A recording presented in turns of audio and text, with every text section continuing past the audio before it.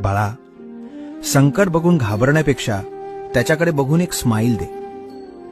जेव्हा तू संकटातही हसतोस ना, तेव्हा त्या संकटाची तुला त्रास देण्याची ताकद संपते. तुझा आनंद हीच माझी शक्ती आहे. हस बघू एकदा. भिवू नकोस, मी आहे ना.